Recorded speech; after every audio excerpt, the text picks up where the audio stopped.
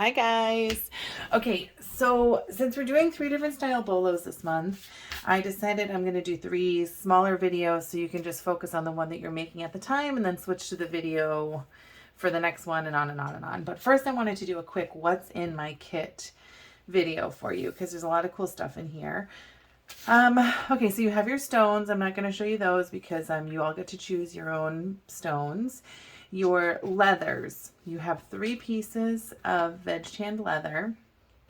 You're only going to use 2 of these, but I sent an extra one because I think veg tanned leather can be a little intimidating if you're not familiar with it, and I wanted to give you one. So if you weren't happy with how it looked your first try, you could make a second, and if you don't need the second, you could use it to try out different kind of scoring techniques. Like you can use your popsicle sticks and score lines or patterns or whatever into your bolo. And yeah, if you wanted to try painting on the spare piece, so I sent you the extra because veg tanned is like a perfect blank palette for trying all kinds of new things. Secondly, you received 2 base pieces. Yours look a lot neater than this. I just kind of threw this little pack together to show you. One of them is going to be for your whip stitch, and you'll use the square of leather that you received as your base color, and then your long piece of leather you'll be doing your stitching with. And then the other one will be for your braided, and you received a bigger piece in this, but again, this is just for demonstration purposes.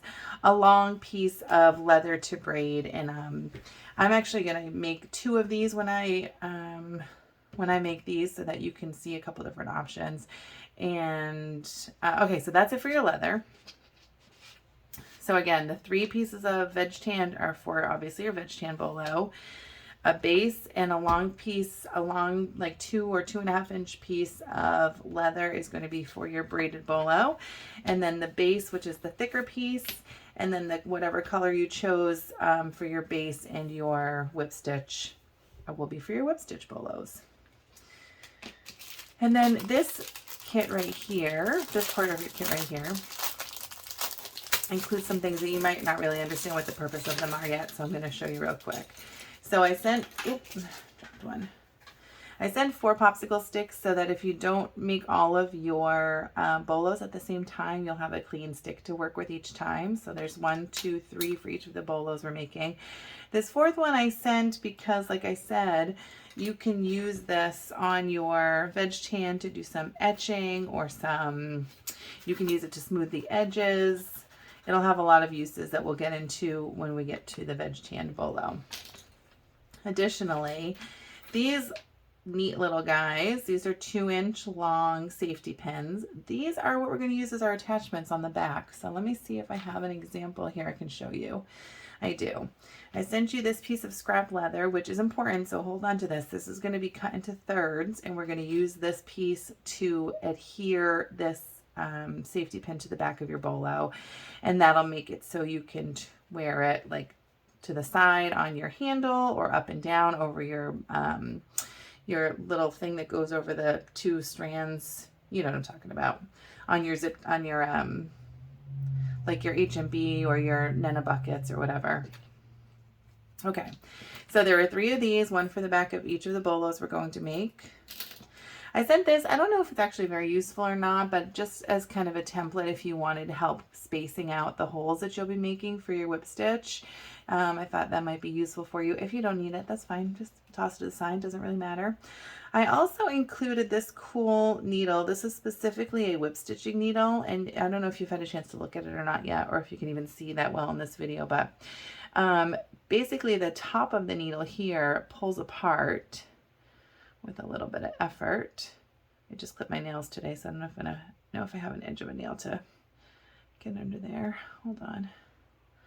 It's a little snug, but anyway, this opens up if you wanted to use this, there we go, for your whip stitching. What you would do when it comes time to make that bolo, you take your long piece of leather that I sent and just cut it into kind of a point at the end. Just using a utility knife for that. You'd thread that pointed part between the 2 sides of the needle here, and then use some pliers to close this back up.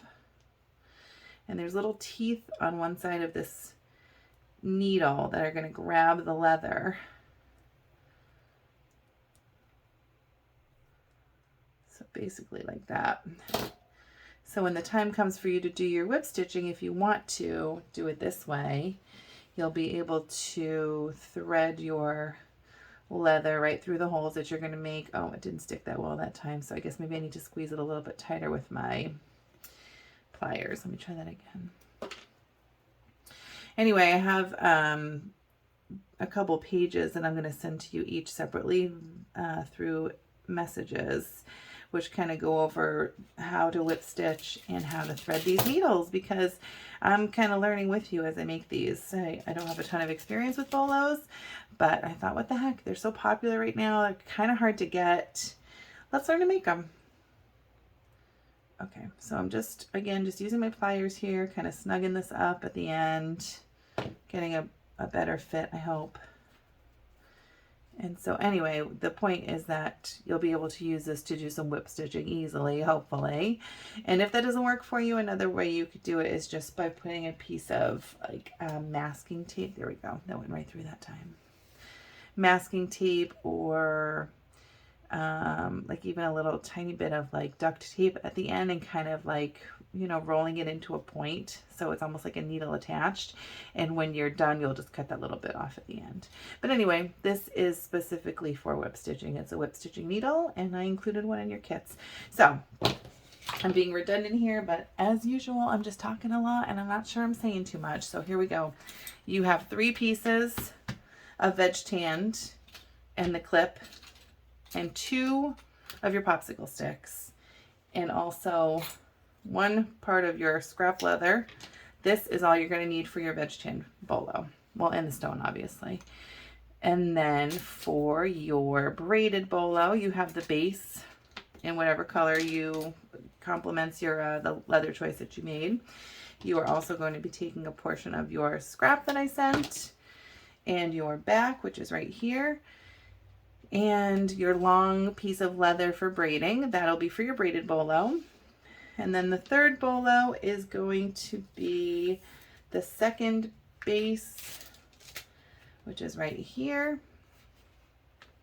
Whatever base, this is the base. It won't be shown, by the way. That'll be on the back. You won't be able to see it. The base color you chose for your bolo, the long piece of a leather cord that you'll use to actually do your whip stitching, this spacing guide if you want it. If you don't want to use it, that's fine too.